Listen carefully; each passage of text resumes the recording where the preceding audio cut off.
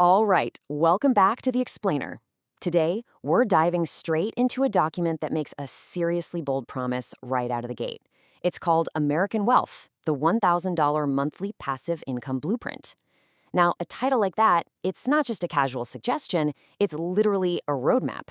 So let's unpack the exact parameters it sets for us. $1,000. $1,000 a month. In the context of this blueprint, this isn't just some arbitrary number pulled out of thin air, you know? The text actually explicitly targets this exact benchmark as the absolute finish line for its entire wealth-building architecture. It's the anchor, the whole foundation for everything that follows.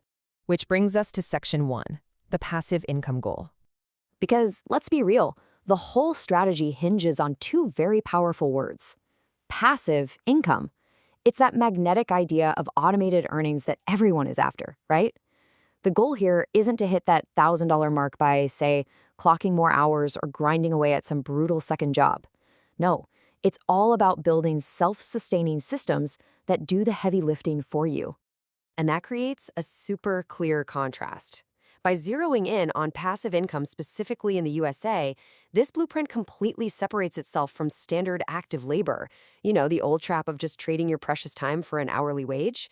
Plus, it grounds the whole strategy right inside the American economic ecosystem, which obviously comes with its own unique set of rules and opportunities. Moving right along to Section 2, the American Wealth Blueprint. The document's subtitle really lays the whole shebang out for us: How to make $1,000/month passive income in USA. It's literally promising the functional, step-by-step methodology you need to bridge that gap.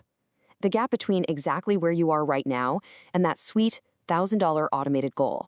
So naturally, this brings us to the ultimate question, doesn't it? What is actually hidden inside this $1,000 blueprint? I mean, we know the target, we know the method, and we know the location.